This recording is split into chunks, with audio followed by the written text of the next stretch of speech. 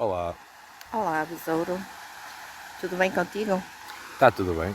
Olha, diz-me uma coisa, posso-te fazer algumas perguntas sobre o teu trabalho? Sim, Então diz-me, como começou a tua jornada como tarólogo e o sim. que te levou a criar os teus próprios baralhos?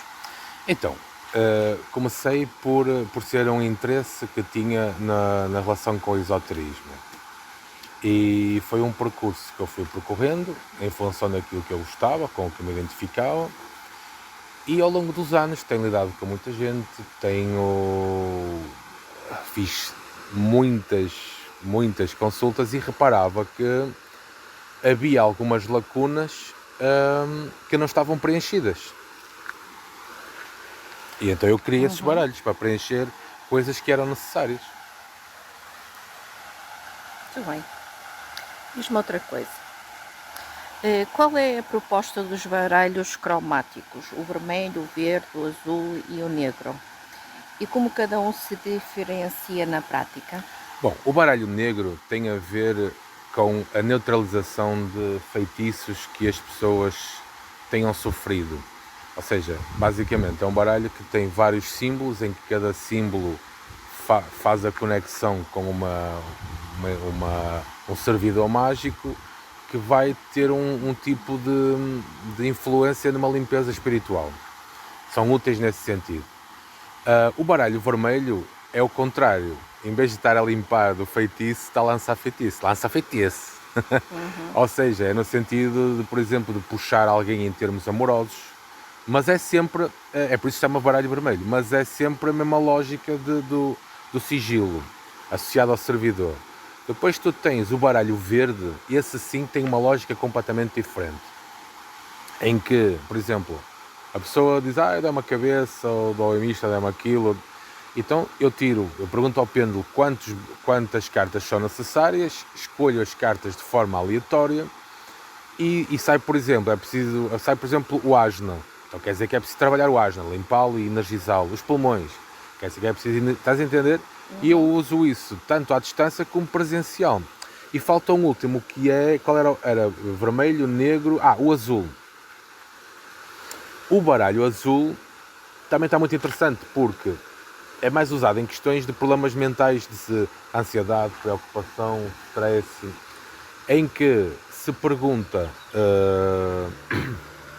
em que se pergunta quantas emoções negativas aquela pessoa tem e depois essas emoções negativas são encontradas através do baralho.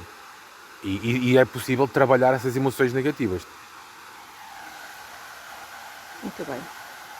Eh, Diz-me outra coisa, o que representa o baralho de Quilopote O e baralho, qual o seu uso dentro da leitura espiritual? o baralho de Quilopote, no fundo, são os aspectos negativos, ou seja, por exemplo, miséria, escassez, doença, tudo aquilo que tu possas imaginar de negativo está representado nesse baralho quilopótico. E então, eu faço a mesma pergunta: existe alguma força quilopótica na vida desta pessoa? E o pêndulo diz sim ou não, batendo 3 vezes ou 2 vezes. E depois encontra quantas? E eu tiro as cartas que possam surgir.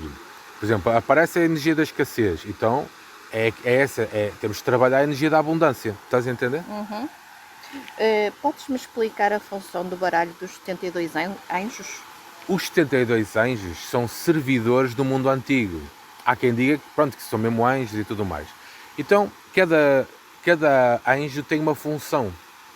E tu, simplesmente, ao encontrares alguns anjos de forma aleatória para aquela pessoa, e ao entoares o nome desses anjos e até dizer a oração desses anjos, tu estás a ajudar aquela pessoa a abrir caminhos, a atrair sorte, etc. E o baralho dos santos? É a mesma coisa, só que em vez de ser anjos, é com santos. Uh, Encontramos os santos que aquela pessoa precisa naquela altura, dizemos as orações, é isso. E o baralho de Oca? Bom, esse baralho está muito engraçado. Foi criado por mim há mais ou menos 4 anos. Tem centenas, literalmente centenas de testemunhos de pessoas que usaram os símbolos do baralho de Oká para trading. Era ainda ontem, uma consulente disse-me que havia a necessidade de trabalhar a energia do dinheiro, dei-lhe um símbolo que representa a abundância. Ela começou a traçar o símbolo, passado literalmente uns dias, saiu-lhe 1000 euros numa raspadinha. Não quer dizer que resulte com toda a gente, mas o baralho do Oká basicamente são símbolos, em que cada símbolo tem uma função, para o amor, para a saúde, para isto e para aquilo, e eu dou-te os símbolos conforme tu precisas, para os objetivos que tu precisas trabalhar. E ao traçar os símbolos, tu estás a trabalhar o intento daquilo que tu queres que aconteça. Diz-me outra coisa, como funciona o baralho de candomblé? Ele é usado em conexão com os orixás? Bom, o baralho de candomblé é uma coisa recente, porque o povo adora pombagira, exus, etc. Então, o baralho de candomblé, na realidade, tem os orixás, que é do candomblé, tem exus, que são da quimbanda, tem pretos velhos, que são da umbanda, tem caboclos, tem herés, tem cartas do povo cigano, e está muito engraçado porque eu tenho uma técnica lá que permite que o consulente se conecte com a entidade, e tem visões de poder, tem respostas e, sobretudo, consegue a ajuda da entidade através dessa conexão que faz através da técnica que é um mandala que eu dou. A pessoa foca-se no mandala e tem uma visão do poder. E já tem alguns feedbacks positivos do uso desse baralho. O baralho de riscados parece ter um caráter mais ritual. Podes-nos contar como é que ele é utilizado? O baralho de riscados tem a ver com 14 riscados nas forças de Exu. O riscado é um símbolo que dá para agregar uma influência ou para desagregar algo. Portanto, uma doença é desagregá-la. Um problema no trabalho é desagregar, entendes? Atrair dinheiro é uma agregação. Então o que é que aquilo faz? Aquilo é uma espécie de uma base sobre a qual se põem os santos e outros objetos rituais para fazer uma ordenação.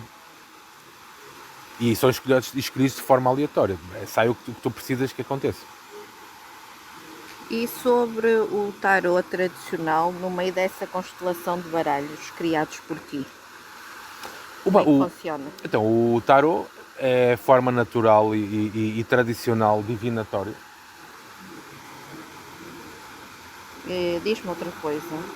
Como é que vocês decidem qual é o baralho a utilizar em cada leitura? Existe um método ou é puramente intuitivo?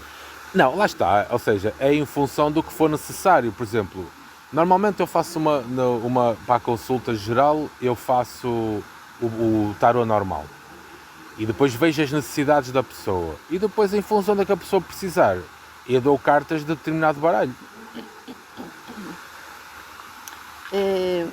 Quando vês esses baralhos como ferramentas de oráculo, cura ou ambos, usas o pêndulo para quê? Usas as pedras de cura? Bom, o pêndulo é interessante, porque o pêndulo serve não só para mesurar a probabilidade de acontecer determinada coisa, para responder sim e não, e para vários outros tipos de pergunta, mas também pode ser usado para influenciar a realidade. Por exemplo, se eu puser a rodar o pêndulo para desagregar determinada questão, ele vai-me rodar em sentido anti-horário. Se for para agregar, ele vai-me rodar em sentido horário. As pedras de cura são usadas no baralho verde para projetar energia de cura à distância. Por exemplo, já me aconteceu pessoas estarem noutros países, às vezes em videochamada, e eu a fazer deste lado, por videochamada, a pessoa lá sentir a melhoria em tempo real. Tu tens algum baralho que só utilizas em situações muito específicas ou delicadas? Não. Qual tem sido a reação dos teus consulentes ao contacto com esses baralhos únicos e personalizados? A maior parte deles querem comprá-los, mas eu não vendo. Não me sinto com vontade de vender. Porque foi uma coisa que criaste para ti. Exato. Não apetece muito vender, porque se vendesse, deixava de ser só eu a ter. Então tu não estás a pensar em os publicar ou comercializar? Não. É mesmo para teu uso? Sim. Pronto, besouro. Obrigada, gostei desta conversa. Beijinho, até mais.